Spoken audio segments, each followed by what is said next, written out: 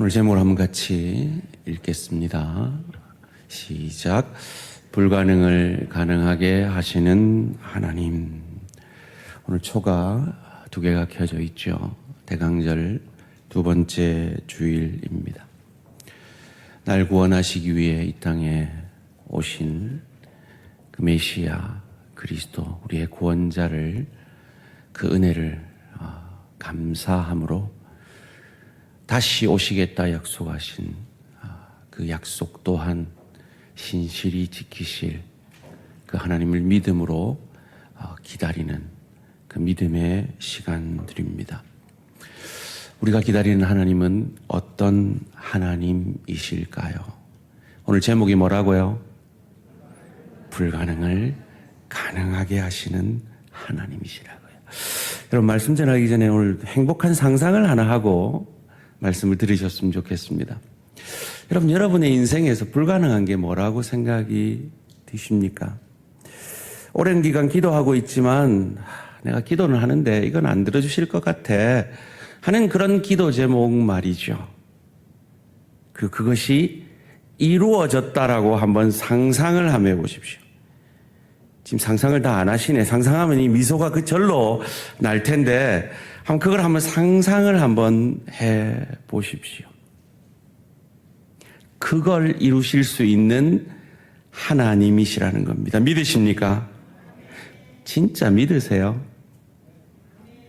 진짜 믿으세요?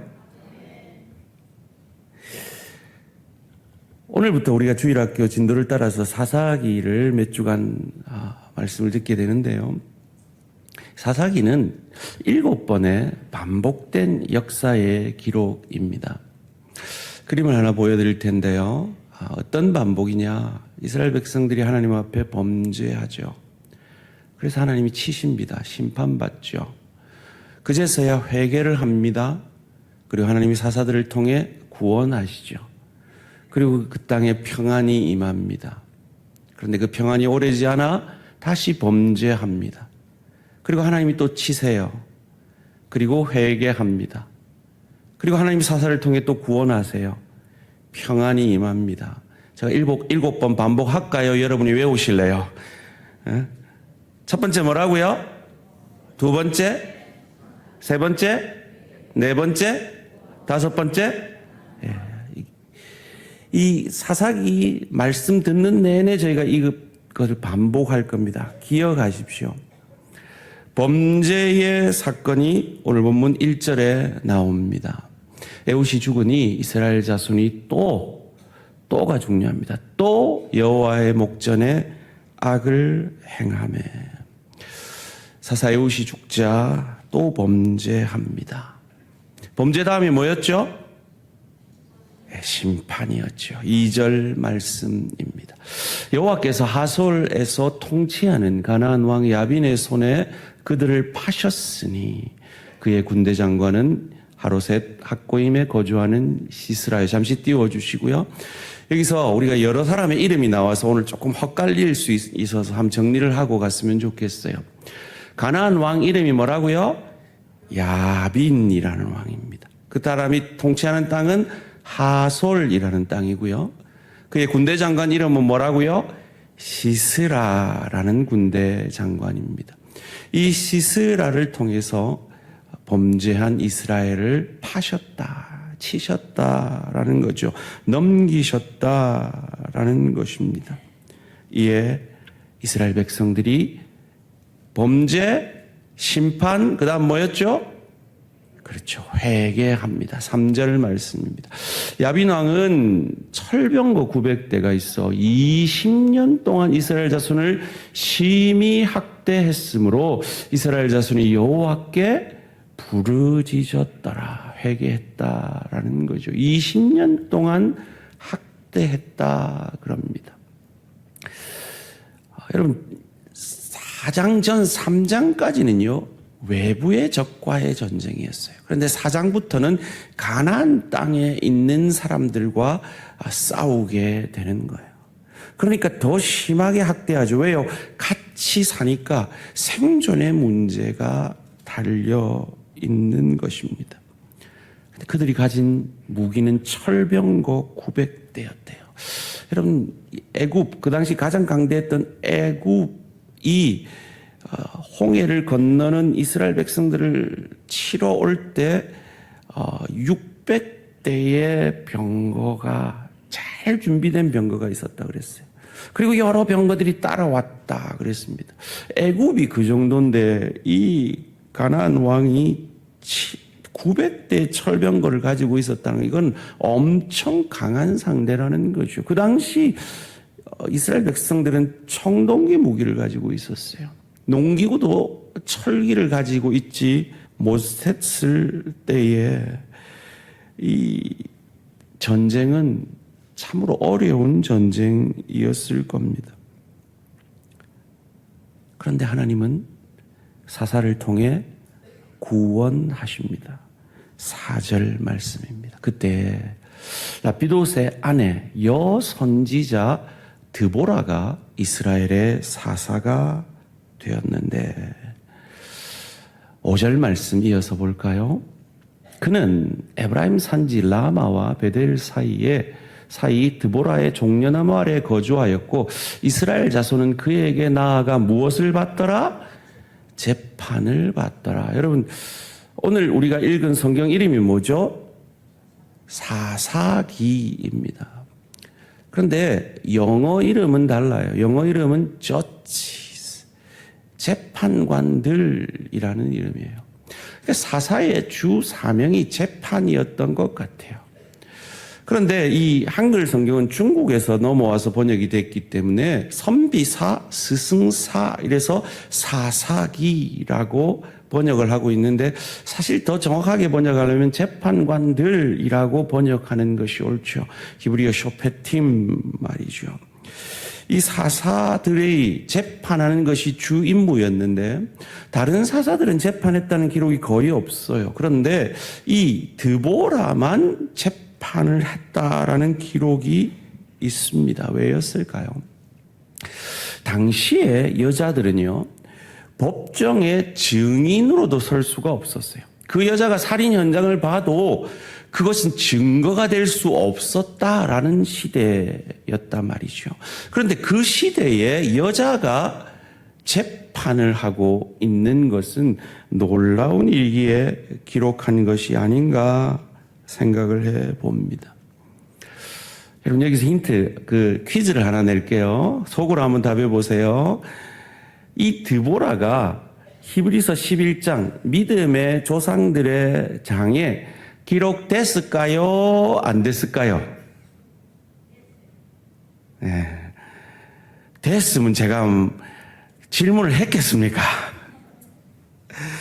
한번 볼까요? 히브리서 11장 32절입니다. 내가 무슨 말을 더하리요? 기드온, 바락, 삼손, 입다, 다윗 및 사무엘과 선지자들이 이를 말하려면 내게 시간이 부족하리로다.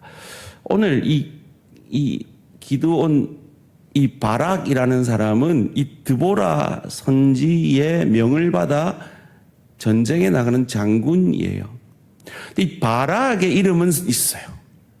근데 드보라는 없어요. 그게 신약 시대의 분위기였어요. 신약 시대도 이 훌륭한 여사사의 이름이 기록되지 못하던 그 분위기였는데 하물며 지금 이 사사 시대이겠습니까? 그런데 그 시대에 여인이 사사로 쓰임 받는다는 건 이건 놀라운 일인 거죠. 이것을 통해서 우리는 사사기 전체 주제를 파악할 수가 있습니다. 사사기 전체 주제는요, 한번 따라해 보실래요? 부족한 자를 들어 쓰시는 하나님.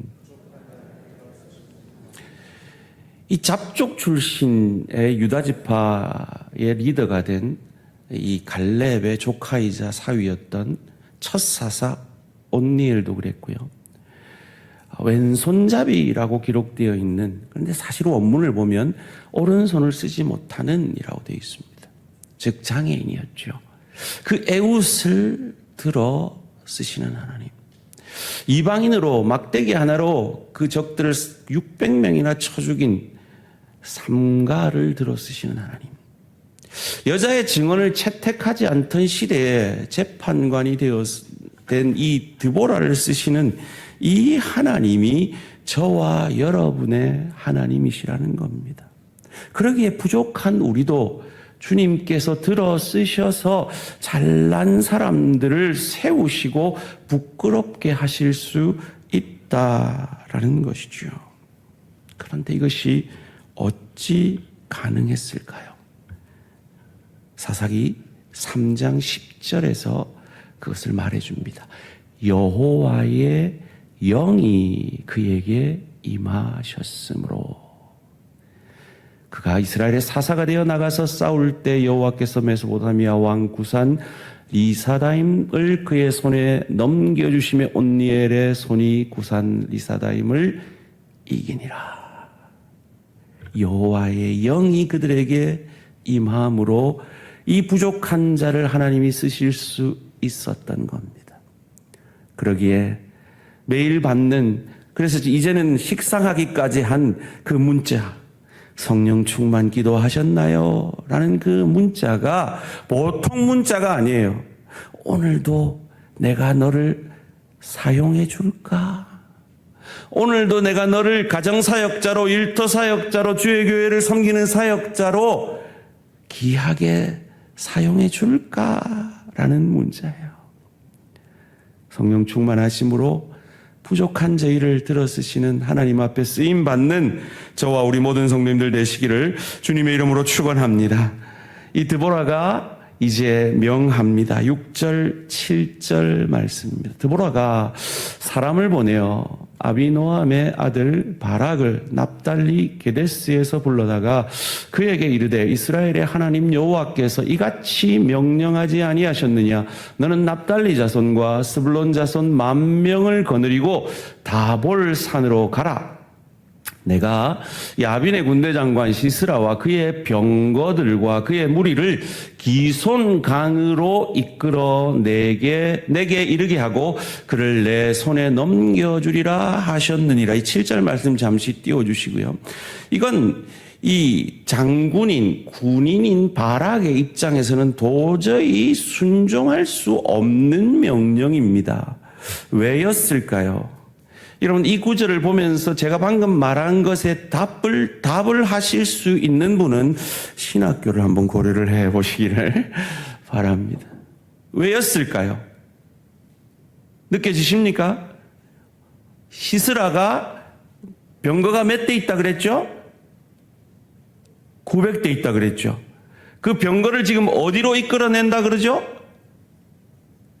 기손 강으로 이끌어낸다 그래요. 여러분, 우리 지금 유모차 끌고 오신 어머니들, 유모차 끌고 강할리 해변 가실 거예요? 안 가실 거예요? 절대 안 가죠. 왜요? 안 끌리니까요. 이건 절대로 불가능한 일입니다. 어떻게 철병거를 가지고 진흙이 있는 그 강에, 마르지 않은 강에 빠질 것이 뻔한, 그것도 외부적이면 속을 수도 있어요. 그런데 가나안 땅에 사는 그들보다 그 지리를 더 잘 아는 그들이 기손강으로 유인되어지는 것은 불가능한 일입니다. 마치 그 당시에 여자를 사사로 쓰는 것이 불가능했던 것처럼 말이죠. 이 황당한 명령에 바락이 이렇게 반응합니다. 8절 말씀입니다. 바락이 그에게 이르되 만일 당신이 나와 함께 가면 내가 가려니와 만일 당신이 나와 함께 가지 아니하면 나도 가지 아니하겠노라 하니, 여기 지금 밑줄 쫙쫙 끄세요. 여러분, 밑줄 쫙쫙 끄세요. 이게 정말 중요한 구절입니다. 늘 우리가 이렇게 말하고 있는 거예요. 왜 여자 사사를 들었을 수밖에 없느냐? 이처럼 남자들이 못났던 거죠. 당신 가면 가고요. 당신 안 가면 안 갈 거예요. 장군이 지금 이 말을 하고 있는 겁니다. 그도 그럴 것이 도저히 불가능한 명령을 사사가 내렸던 것이죠. 이에 드보라가 반응합니다. 9절 말씀입니다. 이르되 내가 반드시 너와 함께 가리라. 그러나 내가 이번에 가는 길에서는 영광을 얻지 못하리니 이는 여호와께서 시스라를 여인의 손에 파실 것임이니라 하고 드보라가 일어나 바락과 함께 게데스로 가니라. 이 말은 이 전쟁의 공을, 그 영광을 너는 얻지 못할 것이다 라고 바락 장군에게 말하는 겁니다. 장군이 그 전쟁의 승리의 영광을 얻지 못하고 누가 얻는다고요? 여인의 손에 그 시스라 장군이 죽임당할 것이다 라고 예언하고 있습니다. 이 작전이 시스라 적의 장군에게 알려집니다. 12절 말씀입니다. 아비노함의 아들 바락이 다볼산에 오른 것을 사람들이 시스라에게 알리매. 지금 다볼산에 이 바락 장군이 순종해서 올라갔습니다. 억지로 올라간 거죠. 사사가 올라가면, 드보라가 올라가면 나도 올라가겠습니다 해서 억지로 올라간 거예요. 그런데 여러분, 믿음의 조상장에 누가 실려 있어요? 이 바락이 실려 있는 거예요. 바락이. 억지로라도 순종한 그 바락이 믿음의 조상 자리에 있는 거예요. 여러분, 올 한 해 여러분 어떻게 사역하셨습니까? 기쁘고 감사함으로 사역하셨습니까? 너무 힘들었죠. 그런데 억지로라도 순종하셨습니까? 그런 바락을 믿음의 장에 하나님이 싣고 계신 거예요. 기쁨으로 감사함으로 섬기시는 저와 우리 모든 성도님들 되시기를 주님의 이름으로 축원합니다. 그런데 그게 안 되면요, 억지로라도 섬기세요. 그럼 하나님이 믿음의 장에 실어 주신다는 거예요. 저는요, 우리 성도님들 섬기시는 모습 보면서 때로 제가 목사인 게 부끄러워요. 정말 목사를 부끄럽게 하는 평신도 사역자들이 참 저희 교회에는 많이 있는 것 같습니다. 이 자리를 빌어서 귀하게 섬기시는 우리 평신도 사역자 분들께 진심 어린 존경의 마음을 표하고 싶습니다. 마치 이 드보라 사사를 통해 남자를 부끄럽게, 남자를 부끄럽게 하고 있는 것처럼 말이죠. 시스라가 첩보를 받습니다. 그리고 어떻게 반응할까요? 13절 말씀입니다. 시스라가 모든 병거, 곧 철병거 900대와 자기와 함께 있는 모든 백성을 하롯색 학고임에서부터 어디로? 기송강으로 모은지라. 방금 제가 유모차 얘기를 하니까요, 우리 김현수 목사님 사모님이 절대로 안 가죠 이러고 계시더라고요. 이 시스라 장군이 지금 김현수 목사님 사모님보다 못한 거예요. 이 불가능을 가능하게 하신 분이 누구시라고요? 하나님이시라고요.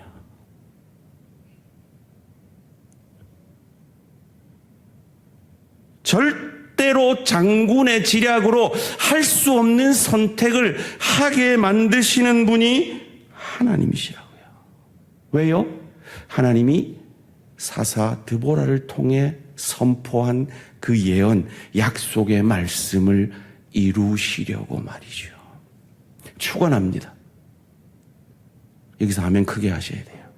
여러분의 인생 가운데 제가 방금 앞서 설명드린 그 불가능한 그 일이 억지로라도 순종한 이 바락을 통해 드보라에게 예언된 그 약속의 말씀이, 그 불가능이 이루어졌듯이 여러분의 생에서도 믿음으로 이루어지시기를 주님의 이름으로 축원합니다. 어떻게 이런 일이 일어났다고요? 이어지는 14절 말씀입니다. 드보라가 바락에게 이르되 일어나라, 이는 여호와께서, 누가요? 여호와께서 시스라를 내 손에 넘겨주신 날이라. 여호와께서 너의 앞서 나가지 아니하시느냐 하신지라. 이에 바락이 10,000명을 거느리고 다볼 산에서 내려가니. 여호와께서 앞서 일하시니 어떤 일이 일어납니까? 이어지는 15절 말씀입니다.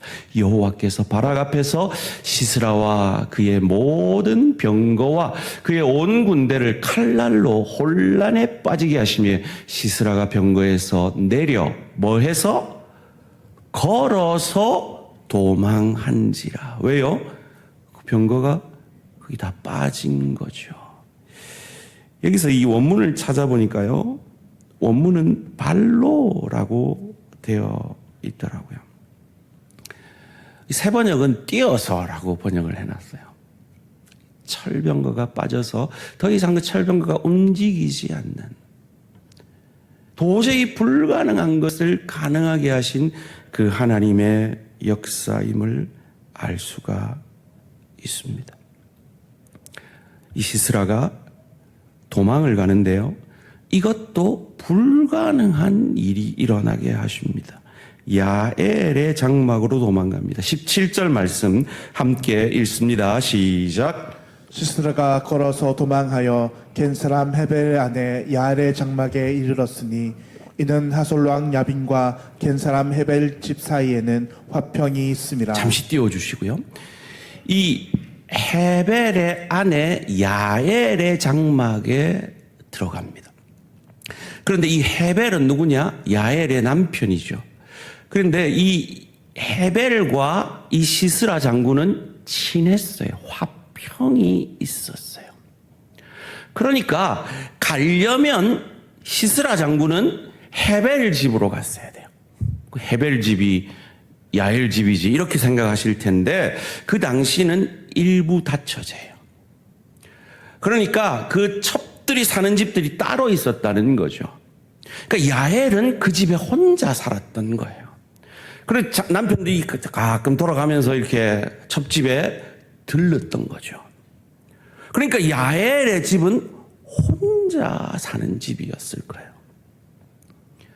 여러분, 어려운 질문인데 한번 질문해 볼게요. 6층에 제가 혼자 있을 때 여성도님들이 6층에 혼자 오시면 돼요? 안 돼요? 안 돼요, 그죠? 절대로 안 돼요.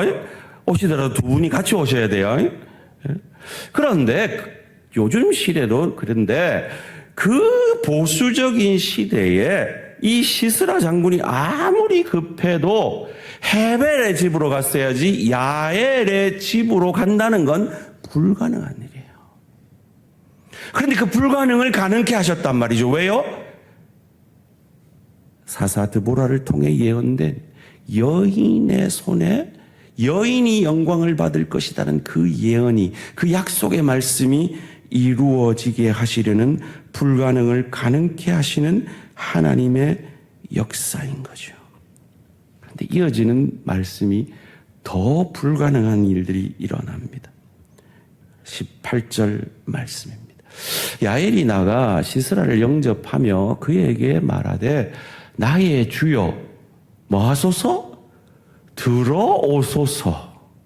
내게로 들어오시고 두려워하지 마소서 하매 그가 그 장막에 들어가니 야엘이 이불로 그를 덮으니라. 이건 진짜 말도 안 되는 장면인 거예요. 여러분, 이 장면이 남편한테 들켰다 그러면 바로 야엘은 죽는 거예요.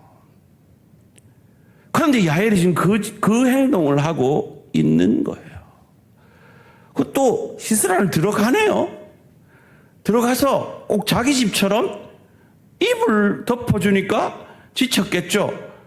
이불 덮어 주무실 태세를 하고 있는 거예요. 절대로 그 시대 문화에서는 불가능한 일이 일어나고 있는 겁니다. 왜요? 하나님이 드보라 사사를 통해 하신 약속의 말씀이 그 예언이 이루어지게 하신 거죠. 불가능을 가능하게 하시는 하나님의 역사인 겁니다.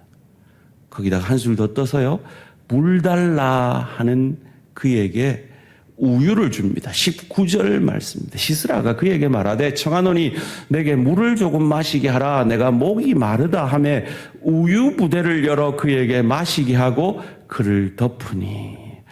배고프시죠? 목마르시죠? 하고 우유 주고 일부러 배부르게 해가지고 이불까지 덮어주는 거예요. 이건 남편이 보면 바로 사망인 거예요. 도저히 하나님이 하셨다라고 이해하지 않으면 불가능한 일이 지금 일어나고 있는 겁니다. 그리고 시스라가 뭐라고 말하느냐, 20절 말씀.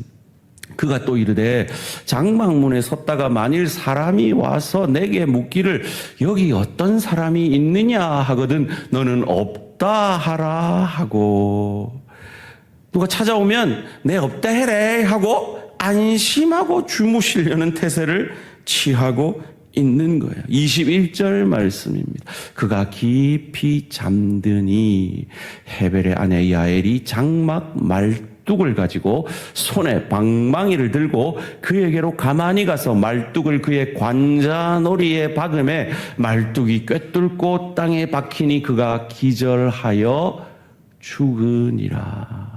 그럼 이 말이 무슨 말인지 모르시겠어요? 사진을 보여드릴게요. 지금 이러고 있는 거예요.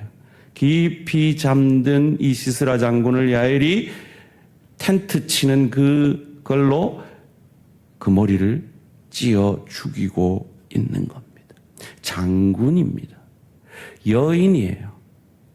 이건 도저히 불가능한 일이죠.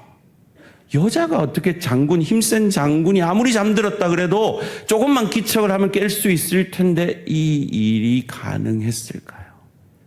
바로 드보라 사사가 예언한 그 예언의 말씀이 이루어지고 있는 겁니다. 하나님이 불가능을 가능케 하고 계신 것이죠. 이 예언들보다 더 많이 예언되고 더 오래전에 예언된 한 예언이 있었습니다. 수천 년 전에 여인의 후손을 통해 사탄의 권세를 이기게 하실 것이라는 예언으로 시작된 그 예언은 6월절 어린 양으로 오실 메시아 그리스도, 흠모할 것이 없는 모습으로 이 땅에 다윗의 자손을 통해 오실 것이라고 예언된, 도저히 우리가 상상할 수 없는, 일어날 거라고 생각할 수 없는 불가능한 예언이 있었습니다. 그 예언은 바로 하나님이 인간이 되시겠다라는 예언이었습니다. 창조주가 피조물이 되시겠다라는 예언이었습니다.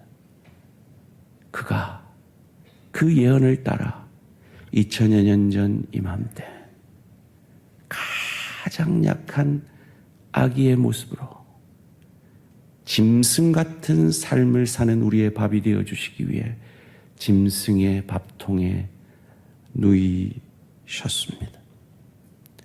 그 약속이 이루어졌음을 우리가 믿고 다시 심판주로 오시겠다고 하신 그 약속 또한 이루어질 것을 믿음으로 나의 하루하루를 살아가겠다라고 결단하는 시간이 바로 이 대강절 기간인 것입니다. 정리해 보겠습니다. 오늘 제목이 뭐였죠? 불가능을 가능케 하시는 하나님. 어떤 불가능을 가능케 하셨습니까? 여자를, 그 시대에 증거로도 쓰일 수 없는, 증인도 될 수 없었던 그 여자를 재판을 하는 사사로 세우시는 불가능을 가능케 하신 하나님. 장군 바락을 여사사가 같이 가야 전쟁 나가겠다고 만드는 그 하나님. 철병거로 빠질 것이 뻔한 그 기손 강가로 나올 수 없는데 그 불가능한 명령을 하시고 그 불가능을 이루시는 하나님. 홀로 사는 여인의 집에 장군이 결코 들어가는 것은 상상할 수도 없는 그 시대에 여자 혼자 사는 집으로 들어가게 하시는 하나님. 그리고 그 힘센 장군을 연약한 여인의 손에 죽게 하시는 그 하나님이 저와 여러분이 믿는 불가능을 가능케 하는 하나님이신 것입니다. 그런데 이보다 더 불가능한 예언이 있었다고 했죠. 그것이 무엇이었습니까? 하나님의 아들이 인간이 되시는 예언이었습니다.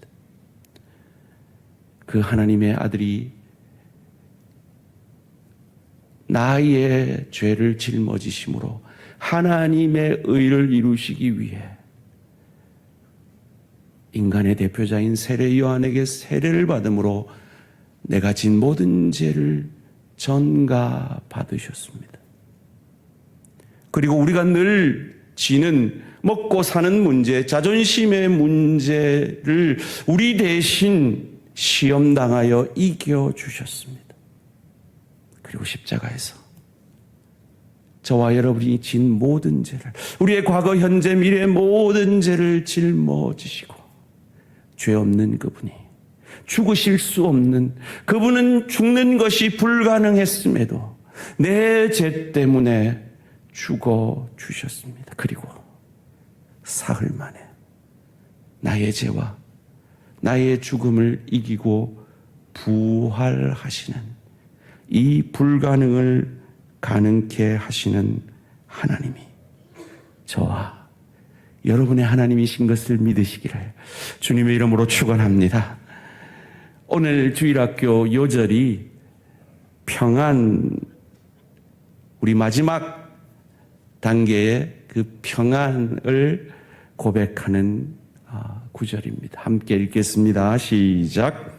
여호와여, 주의 원수들은 다 이와 같이 망하게 하시고 주를 사랑하는 자들은 해가 힘있게 도둑같게 하시옵소서 하니라. 그 땅이 40년 동안 평온하였더라. 40년 동안 평온하였더라. 한 30분 지났는데 그 그림 잊어버리시지 않았죠? 첫 번째, 범죄. 두 번째, 심판. 세 번째, 회개. 네 번째, 구원. 다섯 번째, 평안. 이 평안이 사사를 통해 임한 것처럼 우리가 믿는 예수 그리스도를 통해 우리에게 임하셨습니다. 설교 시작 전에 우리 행복한 상상해보고 시작하자 그랬죠. 여러분, 어떤 상상하셨습니까? 어떤 상상을 하셨든 간에 하나님의 뜻 안에서 그 상상이, 그 불가능이 가능케 해주시기를 주님의 이름으로 축원합니다. 그런데 혹 로또 당첨되게 해주십시오, 뭐 이런 거 상상하신 분은 없으시죠?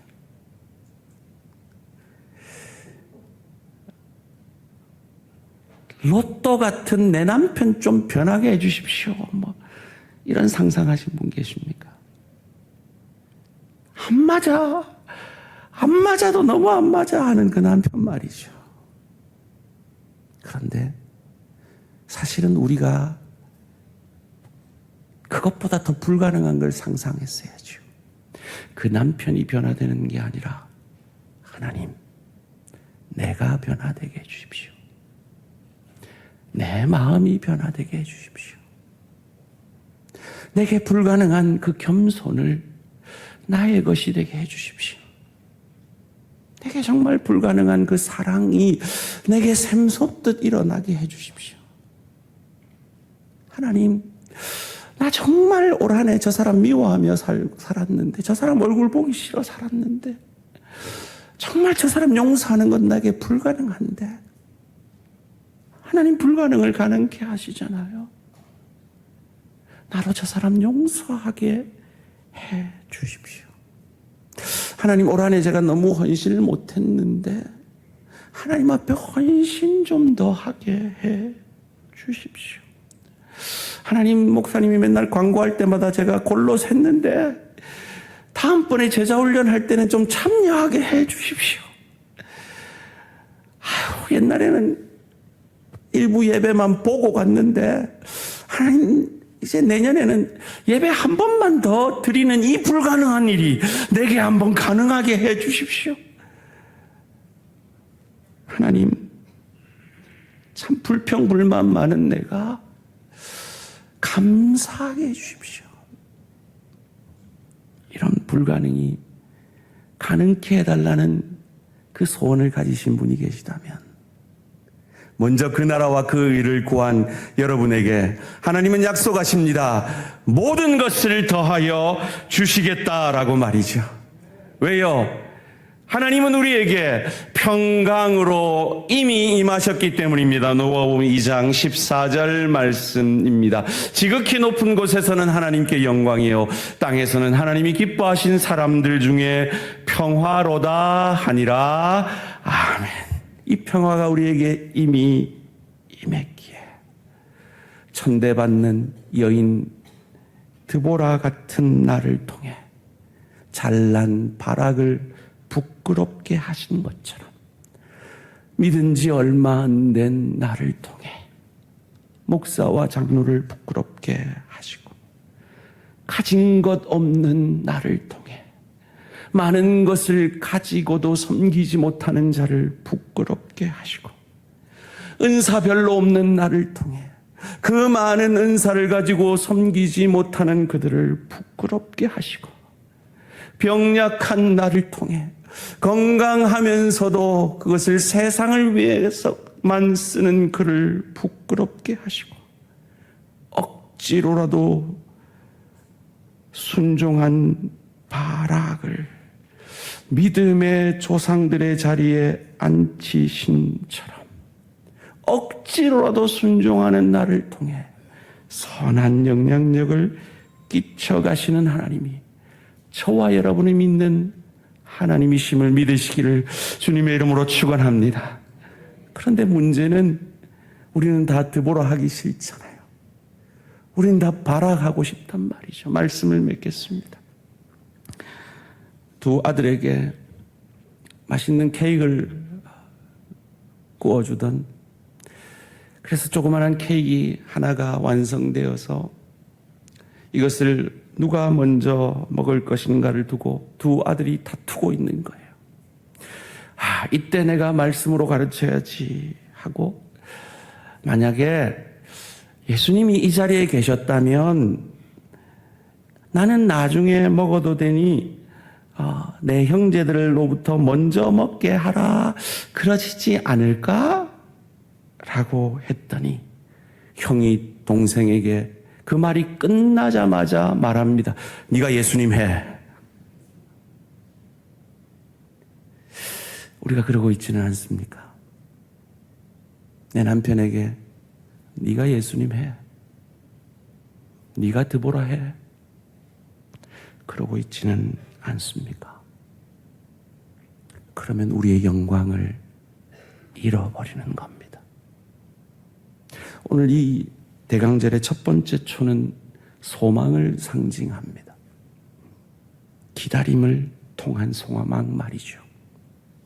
그리고 저 두 번째 초는 회개를 상징합니다. 내 배우자에게, 내 부모와 자녀에게, 내 동료에게, 내 지체에게 네가 먼저 예수해라고 말하는 우리의 모습에서 돌이켜 부족한 나를 통해 당신이 세워지기 원합니다. 거기까지 자라가는, 그래서 잃어버린 영광을 하나님으로부터 얻게 되는 저와 우리 모든 성도님들 되시기를 주님의 이름으로 축원합니다.